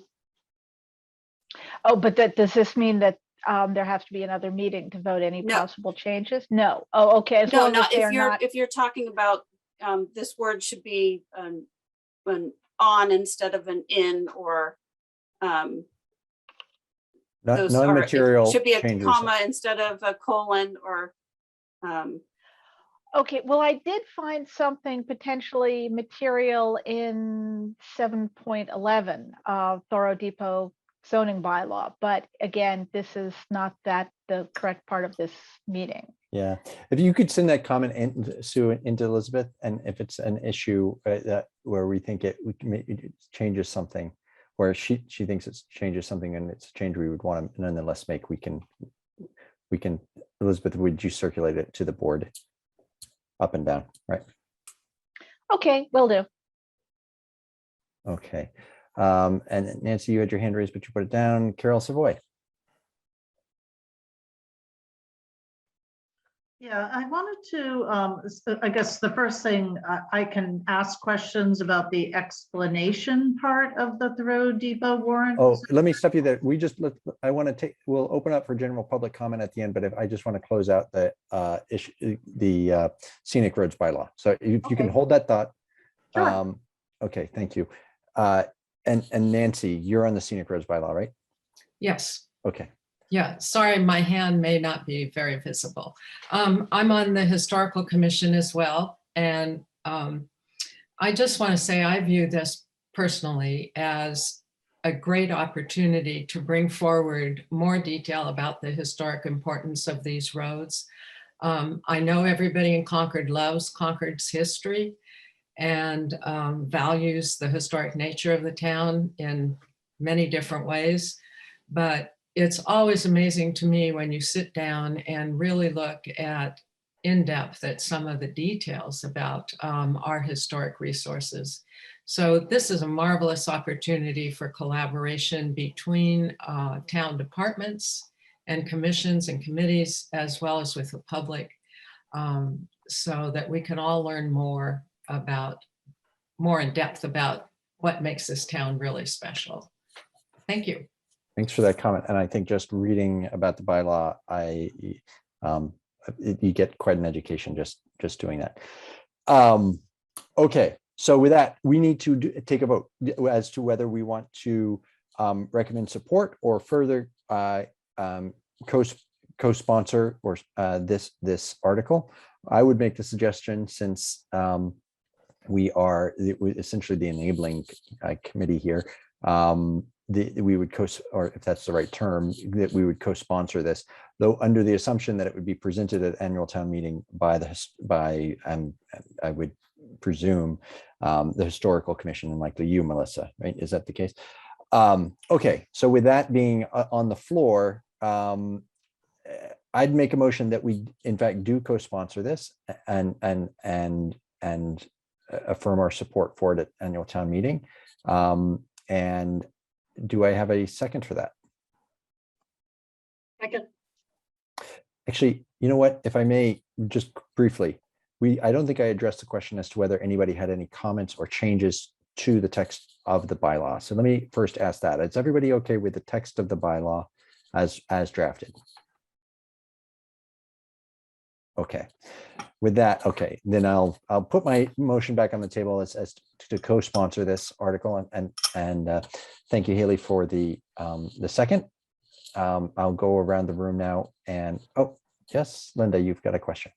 I just have a question, and it's more procedural, because the Historical Commission is going to consider this tomorrow. Mhm. Should we be voting on it today and or make, I don't know. I just wanted to bring that up. We might have to review it if they make any changes. So the Historical Commission isn't going to make any changes to the warrant article after tonight. So they wanted to give the planning board the opportunity to add something to the explanation before they voted to put it forth. So if you want to add a statement in the explanation that says the planning board unanimously voted to co-sponsor, the submission of this warrant article to the annual town meeting. I see. If you want to add a statement such as that to the explanation. So I would make those revisions, and then tomorrow the historical commission will get this final draft to vote on, but they will not be making any further changes. I see. And if we don't make that change in the description, then at town meeting, it won't be clear that we're co-sponsoring this. Is that? It would not be in the warrant that you're co-sponsoring it, warrant. correct? Okay. Explanation. But Thank you for clarifying that. Okay. You will be making a recommendation to town meeting following your public hearing. Okay. It's a little, I've not seen this before. They're great questions because this idea of co-sponsoring is a little complicated. And when we hand it off, what if they make the changes or what have you? But I think I've got the general gist of it, which is they've finalized it. They've come to us asking for their support, but giving us the opportunity to make any changes because they're asking us to co-sponsor. If we say we like it and we're willing to co-sponsor, then they finalize it and pack it up and send it off to Carmen for the annual town meeting. But I think what we could vote on and do tonight is add into the explanation that the planning board joins in moving this for approval or as a sponsor of this, whatever the appropriate terminology is. All right. It's a great question. Glad you asked it. All right. So then on back to the question as to whether we sponsor this, and we take with a motion made and duly seconded. Let me go to Nate. I'm asking you how you vote on this. All right. Andrew. I'm a no. You're a no. Haley. Yes. Kristen. Yes. Kate. Yes. Linda. Yes. And I'm a yes. So that is 6 in favor and 1 opposed. Elizabeth? All right. And should we then, to just close out the discussion, would we like to suggest to the historical commission that they include a statement that the planning board is co-sponsoring or is in support of the article? Presume so. Elizabeth, I'm not certain that there is sort of a formal co-sponsor kind of, I mean, maybe it exists. I've just never seen it at town meeting. I certainly have seen the town moderator have a position statement for the, FinCom or planning or whatever on various articles. So I think like the town budget Mhm. is select board and finance committee. Yeah. So I Okay. mean, there are warrant articles that are Okay. to boards. So so I can add a sentence into the explanation. Majority of the planning board voted, and then in parentheses 6-1 to co-sponsor the submission of this draft warrant article to the 2022 annual town meeting. Okay. If you think that's the appropriate way to parse that, I support that. Does anybody want to make a motion to add that in? Do you need a vote on that? No, I don't. I just need Okay. an agreement it's from the 6 It's an people. accurate statement. Yeah. Yeah. Okay. Yeah, I Okay. think that makes sense. Thank you. Okay. Mm.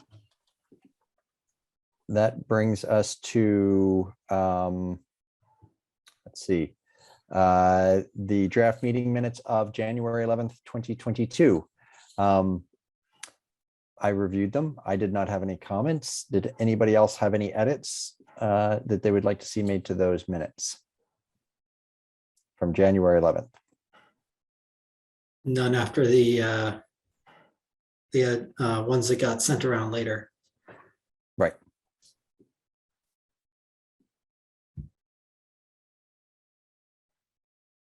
And anybody else? Okay, I'll move this along. I'll make a motion that we approve the planning board minutes, and to be clear that those were the ones that were sent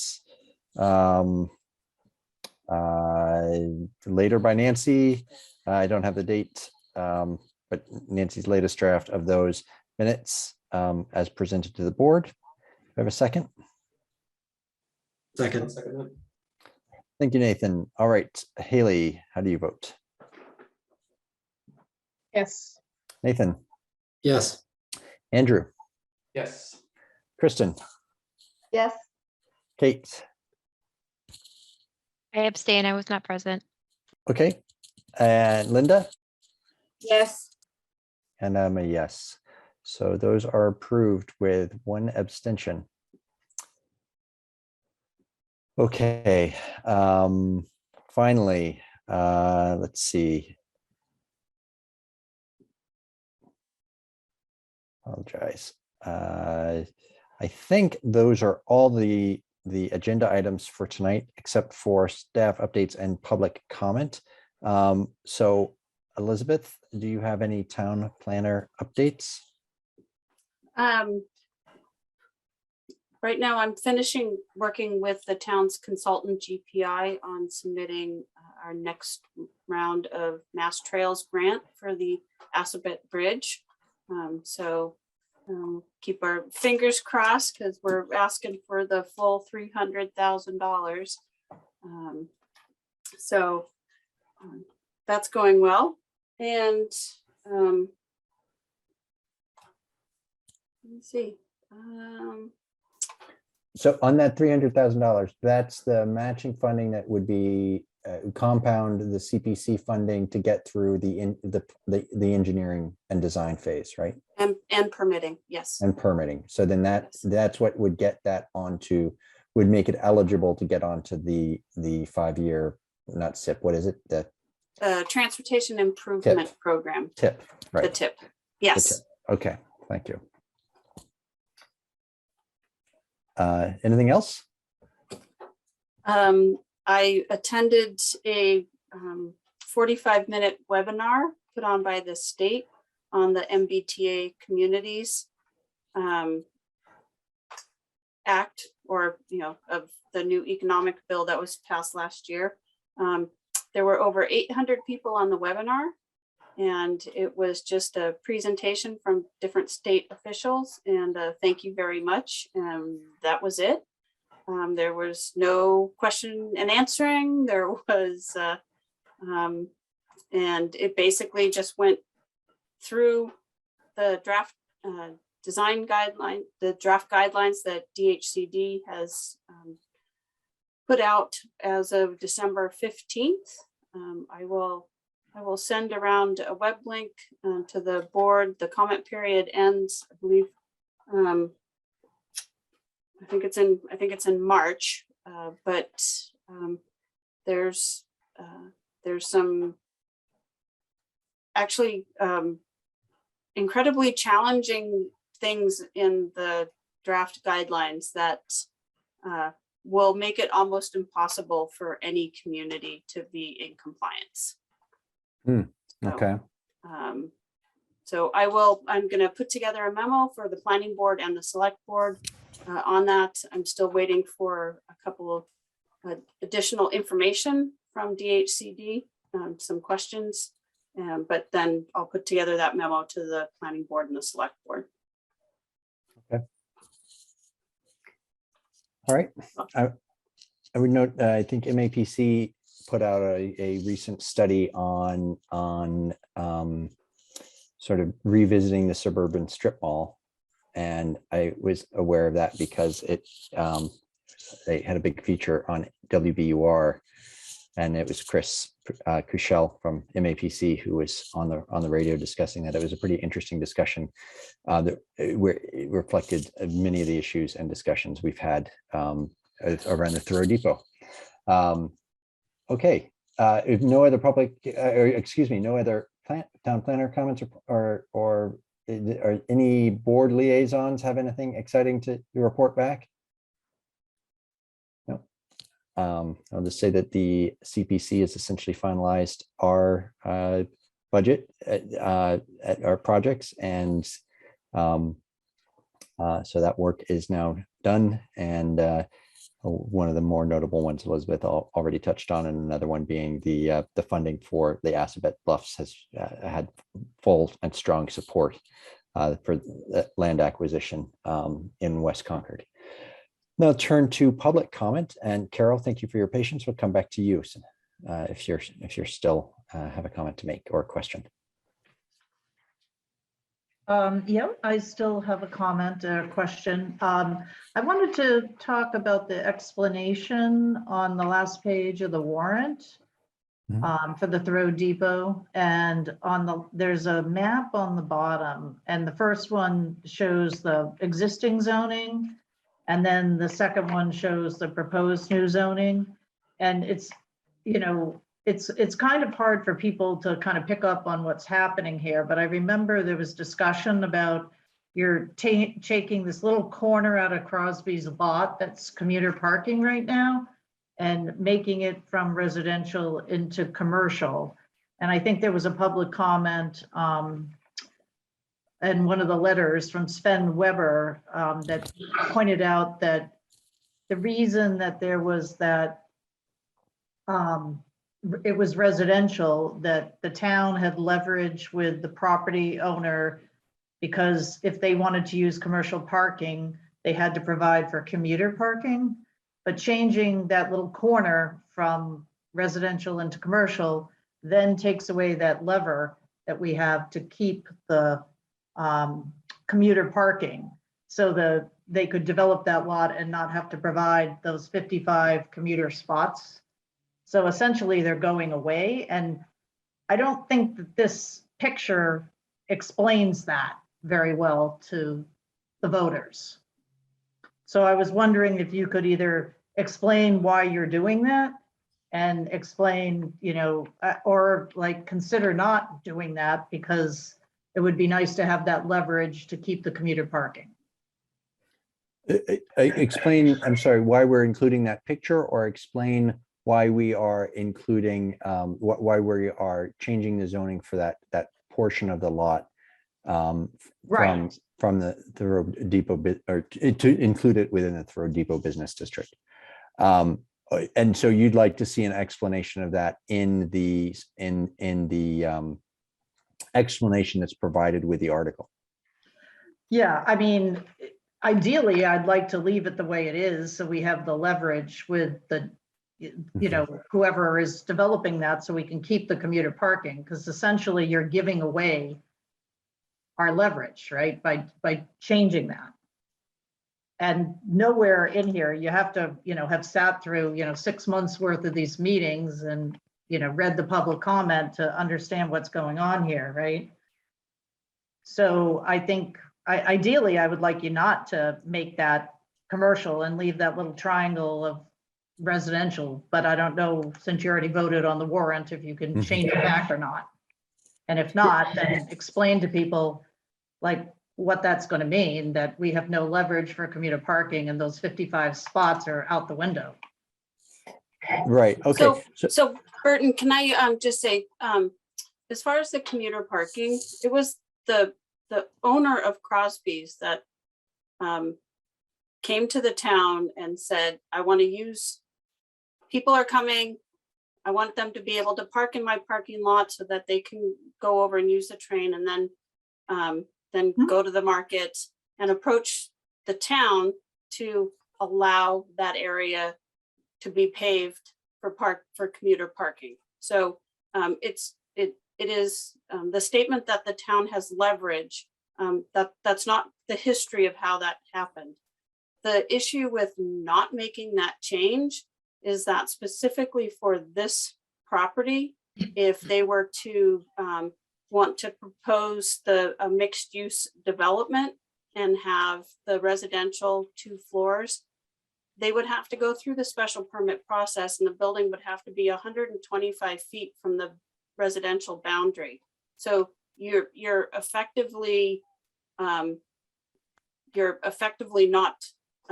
the property would not become it would not become buildable because of that 125-foot requirement. And Well, I then think you also wouldn't be able to implement the design guidelines to have the building along the frontage of Sudbury Road, because they wouldn't be able to go into the residential zone district.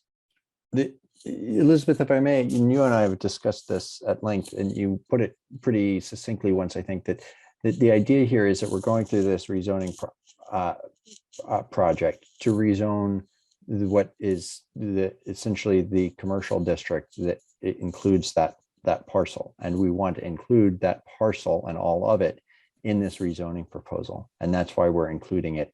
We want to include it within the Thoreau Depot Business District because effectively it is a part of the district because it's part of that parcel. To the comment as to whether there should be more explanation, Carol, it is a complicated, I think it would benefit from having an explanation for why that's being included. There's a statement that it is, but I think Elizabeth, let me give some thought to that. Maybe we can put in a statement as to why we are changing the zoning requirements for Thoreau Depot and also including that portion of the lot that has been effectively part of it. Right, but it's resident B right now, and you're making it Thoreau Depot, right? It's zoned residential at the moment, and you're basically putting this in here. And it's kind of like when I asked about Thoreau Gardens, and you said, well, you can't do that because I said Thoreau Gardens is apartments. You could build that out more and pour more density and more, apartments, which is what you're looking to do. Why can't you include Thoreau Gardens in Thoreau Business District? And you said, well, you can't do that because that's residential and this is commercial. And essentially what you're doing is moving the boundary of commercial over into you're changing residence B into commercial, right? Which is kind of what I was talking about before. So that comment's attributed to me. I didn't say that it can't happen. What I said is that by making Thoreau Gardens part of the Thoreau Depot Business District, it's not just allowing denser residential development, then every single commercial use would then be permitted in that zone district. And Thoreau Gardens is much further out than just this corner of Crosby's Market that's currently used as commercial, even though it is zoned residential. So they're two completely different uses, and the input from just moving this boundary for a parcel that's already in commercial use compared to a residential use and then allowing commercial uses is completely different. The board may in the future look to, once again, bring back garden apartments, which is what Concord Green is. When Concord Green got built, there was an uproar and the garden apartment bylaw got repealed, but now everybody, pretty much likes the Concord Green model. So denser development, residential development in a residential neighborhood is still something that, can be, discussed and reviewed. But introducing commercial uses in a residential neighborhood is different than rezoning a commercial use from residential to commercial. No, I understand. I was just saying, the point on Thoreau Gardens is if the whole intent is to make a more walkable, vibrant, denser, greater mass and scale, more apartments, at affordable prices. That's why I said, well, Thoreau Gardens is sitting right there and there's a ton of land and a ton of opportunity that we could do that. I didn't really mean put Crosby's in Thoreau Gardens, right? But, I thought that we could attach that to this business district. I didn't know that yet also had to allow commercial use because of that. But, getting back to the point here, it is residential, you're making it commercial. doesn't really spell it out and doesn't really say why you're doing it. And, you know, my understanding was that we would lose the commuter parking, which we don't want to do. So in essence, we are losing it because now if this stays residential, but it's still paved and people can park there, we still have commuter parking. But if you know, grow that into the, you know, commercial, then you can build more and we're going to lose the commercial, you know, the commuter parking. So, you know, I don't know, you know, what we can do about that now, but I was just making the point. And maybe some sort of description, because it's really unclear what you're doing in this diagram unless you really like, you know, get into the weeds. Okay, comment noted. Thank you. The other point I just wanted to make on reading this explanation, I just read the explanations of the other two warrants you're bringing forward and just warrants in the past that I've, you know, received in the mail. It seems unusual that at the bottom, you know, the last line, a vote to pass these updated bylaws supports the thoughtful future development of an important area of town. Usually a bylaw is sort of neutral or like the explanation. It never asks, you know, there's never like a call to action, like vote on this bylaw. I didn't know if that was a normal thing to do or was that appropriate in an explanation of a warrant? Because the other two don't have it.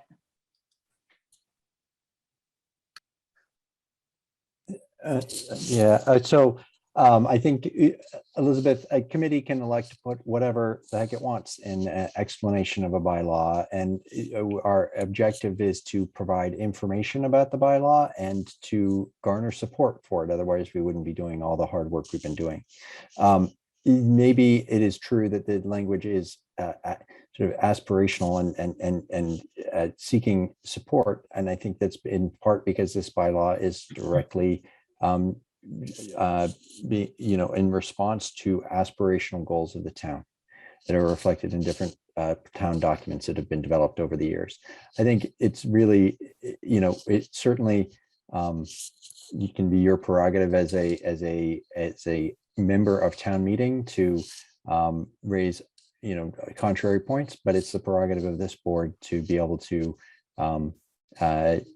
explain the work we've done and the way we choose to explain it. And it was written, I thought, carefully and thoughtfully by a member of this board. So I don't think there are any particular protocols that need to be followed. Okay, I did not know if there was some sort of standard, format that you had to go through. I've just never seen somebody ask me to vote on a warrant that comes through in an explanation in 18 years, but maybe I missed it once. And then the other part, kind of the paragraph above that, when you get into the, MAPC part, it seems a bit like an MAPC commercial. And I don't know, when I look at MAPC, they're a state agency and they sort of, have their own goals and objectives, and Concord and the planning board have their own goals and objectives, and they're not always in alignment. And I don't know, it just seems, I don't know why we need to have explanation of MAPC and, how great they are in this warrant. Okay. Any other questions or comments? All right, Sue, I see you've got your hand up. I'll give you the floor. Speaking very briefly and in generalities, because it's late, I want to say I think this is a great change to our zoning bylaw, and I want to thank you all for your excellent and very long and hard work on this rezoning proposal, which I think really contributes to the goals of the town. Thank you. Thank you very much, Sue. Okay, any other members of the public have any questions or comments to make this evening? Okay, with that, Elizabeth, any final things you need to convey? No, unfortunately, I did not get an answer to my question about changing the explanation, but I'm I'm fairly certain that an explanation, a border committee can amend their explanation after they submit the warrant. Okay, But before it goes to print, it's the actual language of the warrant article that cannot be changed, but. Okay. But I will finalize that. So if Burton, if you and I want to just tweak okay. the explanation a little bit more, I'll have an answer tomorrow. Thank you so much, Elizabeth. And I think I will, especially, in response to some of the comments we had. Haley, I think I saw you raising your hand. Yeah. Don't know if anybody did their homework on site plan, but sounds like Elizabeth is gonna work on something and maybe a sign or So what you decided at your last meeting is continue it out a month, so February 8th. So Okay. everybody had their homework to think about the different elements of site plan and pick, let's say, a category that you want to do the research. And Haley and I emailed along with Burton today, last couple of days back and forth. So I'm gonna, again, try and put together just a memo and provide basically a first draft of categories. And then on your projects and goals webpage, I'm going to start posting a bunch of different other communities site plan rules and regs. And Haley also sent me a memo that I'll distribute that has the link to Lexington. And so we'll just start putting information out there. And so everybody, when you come February 8th, you'll be able to say, I've looked at this stuff. I'd be happy to take on one of the categories.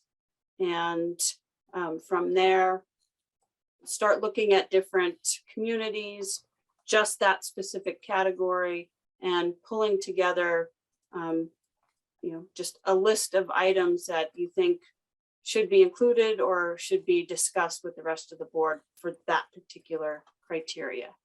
Does that sound okay? Got it. All right. Thank you very much, Haley. Thank you for keeping our feet to the fire on that. And thank you for sending out the two examples that you found. And Elizabeth, for was it Boxborough that you also found that you thought was elegant? Yes. All right. So we've all got reading to do prior to that February 8th meeting. Thank you all for your time. I think we are ready to adjourn. And so it being 9:09, we'll do so. We'll see you all in 2 weeks. Thank you very much. See you then. Have a good night. Good night. Right.